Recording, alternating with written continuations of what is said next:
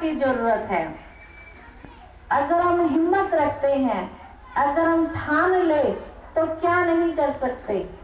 तो बताते हैं कि एक बार एक राजा था, उसको संतान नहीं थी।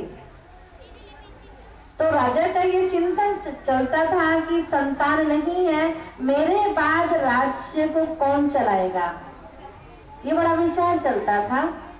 सभी राज्य के अंदर जो खास लोग होते परेशान थे, तो गोद लेने की बात चलती थी। अब समझ में नहीं आता जिसको गोद ले उसके संस्कार है भी या नहीं है। तो राजा ने एक विचार किया और विचार में क्या बात निकल करके आई, राजा ने एक परीक्षा लेने का विचार चलाया कि जो मैं काम बताऊंगा, अगर वो काम किया तो मेरा वारिस होगा। उसमें सबको खुला अधिकार था। तो वो काम किया था। राजा ने एक बहुत बड़ा पत्थर अपने राज दरबार में मंगाया और उस पत्थर के लिए शर्त रखी कि जो इस पत्थर को एक धक से तोड़ेगा वो इस राज्य का वारिस होगा। अब ये बात आसपास के नगर में सभी जगह ऐलान कर दिया गया और दिन फिक्स कर दिया गया। वो दिन आया और बड़े बड़े पहलवान उस सभा में पहुंच गए, क्योंकि राजा का वारिस बनने के लिए कौन नहीं चाहेगा। तो जब वहां पहुंचे तो एक एक उठा और हथौड़ा उठाए और पत्थर में मारे तो पत्थर तक से मस ना हो। ऐसे अच्छे अच्छे पहलवान उठे, जैसे आपने रामायण के अंदर देखा होगा सीन। बड़े बड़े राजा उठे, क्या उठाने के लिए? धनुष को उठाने के लिए। उठाना तो छोड़ो, उसको हिला भी ना सके। तो इस तरह से वहां भी बहुत अच्छे बलशाली लोग आए और कोशिश की, तो देखा सभा में कुछ ही लोग बच गए जिन्होंने वो नहीं छुआ। तो राजा नर्वस हो गया कि इतने बलशाली लोग यहाँ हैं, किसी के अंदर भी इतना बल नहीं है कि इस पत्थर को तोड़ सके। तो सभा के अंदर कोई पतला दुबला व्यक्ति बैठा हुआ था। तो उसके अंदर ख्याल आया कि ऐसा कौन सा काम है जो हम नहीं कर सकते। और उस ख्याल के साथ वो उठा और राजा के सामने खड़ा हुआ और राजा से प्रार्थना की कि महाराज, इस पत्थर को मैं तोड़ूंगा, लेकिन मुझे आपकी मदद चाहिए। पूछा क्या मदद चाहिए? बोला आपका एक व्यक्ति मुझे चाहिए। मैं उसके कान में कुछ कहूंगा, जो मैं उसके कान में कहूंगा वो मेरे कान में उस शब्द को बार बार रिपीट करेगा। बस इतने सी मदद मुझे आपकी चाहिए। राजा ने कहा ठीक है, कोई बड़ी बात नहीं है। तो एक व्यक्ति उसके पास आया और उस व्यक्ति ने उसको क्या कहा कि तुम मेरे कान में बार बार ये शब्द बोलते रहना कि तुम राजपूत हो, तुम राजपूत हो, तुम्हारे पूर्वज कभी पीछे नहीं हटे, तो तुम पीछे कैसे हट सकते हो? तुम राजपूत हो, तुम राजपूत हो, तुम राजपूत हो, ऐसे मेरे अंदर कान में बोलते रहना। उसने कहा ठीक है। पत्थर के नजदीक पहुंचा व्यक्ति, हाथ में हथौड़ा लिए और बगल में कान में वो व्यक्ति बार बार ये शब्द उसको बोलने लगा जो भी आप सुन रहे थे। तुम राजपूत हो, तुम राजपूत हो, तुम्हारे पूर्वज कभी हिम्मत नहीं हारे। ऐसे ऐसे शब्द वो सुनता रहा और उसके अंदर पावर बढ़ती चली गई। इतनी पावर 1 से 1.5 मिनट के अंदर आ गई। उसने जो हथौड़ा धक से मारा, खील की तरह पत्थर बिखर गया और राजा का वारिस बन गया।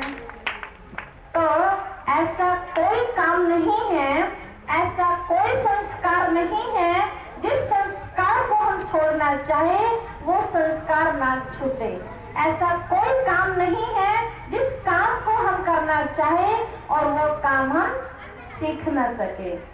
केवल आवश्यकता होती है अभ्यास की।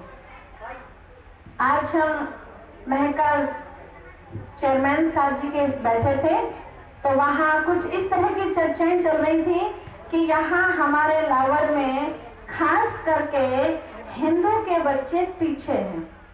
ऐसा ही है क्या? ऐसा ही है। और हम चाहते हैं कि हमारे बच्चे मंच पर आए, लेकिन ऐसा कोई यहाँ सिखाने वाला है नहीं। तो मैं बैठी थी उनके साथ, तो मैंने कोई नहीं ऐसा सिखाने वाला यहाँ जो आपके बच्चों के अंदर जोश पैदा कर दे और मंच पर बेधड़क होकर के बोलने लगे। कहा बहन जी, हमने बहुत प्रयास किया कि हमारे लावर के बच्चे भी ऐसे होशियार बन जाए कि हम और जगह जाके देखते हैं तो बेधड़क होके बोलते हैं। तो उन्होंने ये बात रखी, अगर हमें ऐसा कोई टीचर मिल जाए, बच्चे को मोबाइल दिया ही ना जाए तो उसे क्या पता कि इसके अंदर क्या भरा हुआ है, होगा तो वो सीखेगा ना। ऐसे बच्चों को अगर आप टाइम देंगे, बच्चों को आप फ्री करेंगे कि उस सामाजिक पढ़ाई के साथ साथ 1 घंटा आध्यात्मिक पढ़ाई भी पढ़ने के लिए जाया करो, तो मैं दावा करती हूँ आपसे, ऐसा कोई बच्चा नहीं होगा जो आपकी नाक कटाने वाला होगा। सब आपकी नाक लंबी करने वाले होंगे। ये मैं दावा करती हूँ। आप हमारे पास 1 घंटा रोज अपने बच्चों को भेज के देखिए, वहां किसी से ट्यूशन पढ़वाते हैं। आप जानते हैं चरित्र बनने की शिक्षा कहीं नहीं दी जाती, केवल किताबों की शिक्षा जो किताबों में लिखा है सिर्फ वही पढ़ाया जाता है, उसकी भी कोई गारंटी नहीं होती है। लेकिन यहाँ चरित्रवान बनने की पढ़ाई होती है और वो भी निःशुल्क पढ़ाया जाता है। तो ऐसी पढ़ाई, ऐसे विद्वान अपने बच्चों को बनाने के लिए आप अपने बच्चों को थोड़ा सा 1 घंटे के लिए फ्री कीजिए। ऐसा नहीं है कि आपके बच्चे को महात्मा बन जाएंगे। कई सोचते हैं ना कि अगर हमने ज्ञान ध्यान में बच्चों को लगा दिया तो कहीं ऐसा तो नहीं है शादी से मना कर देंगे, ये बहन जी जैसे बन जाएंगे, ऐसा सोचते हैं ना। लेकिन ऐसा नहीं है। कल भी हम अपने बहन जी से बात सुन रहे थे कि बचपन से जिस बेटी को आप अच्छे संस्कार दे रही हैं, वो बेटी आपके अगले घर जाएगी तो नाम किसका वाला करेगी? किसका करेगी? आपका। हर कोई चाहता है एक संस्कारी बहू हमारे घर में आए। तो बहू कौन होगी? किसी की बेटी होगी, किसी की बहू होगी, है ना। तो केवल यहाँ कन्याओं को चरित्रवान बनने की बात नहीं, बल्कि जितने कन्हैया हैं उनको भी यहाँ चरित्रवान बनने की शिक्षा दी जाती है। और ये शिक्षा एक दिन हमारे पूरी दुनिया को चरित्रवान बना देगी। जो पहले भी हम सुनते आए हैं, ये पूरा विश्व एक भारत था जो सोने की चिड़िया कहलाता था, जिस भारत देश की महिमा सुनते थे, जहाँ एक धर्म, एक राज्य, एक भाषा, एक कुल, एक मत, जहाँ शेर और गाय एक घाट पर पानी पिया करते थे, जहाँ किसी घर को कोई कभी ताला नहीं लगता था। तो आज फिर से उसी दुनिया को लाने के लिए हम लगे हुए हैं। तो आप सबका भी सहयोग अगर मिल जाएगा तो बहुत ही जल्दी ऐसी दुनिया आ जाएगी। तो देंगे सहयोग ऐसी दुनिया लाने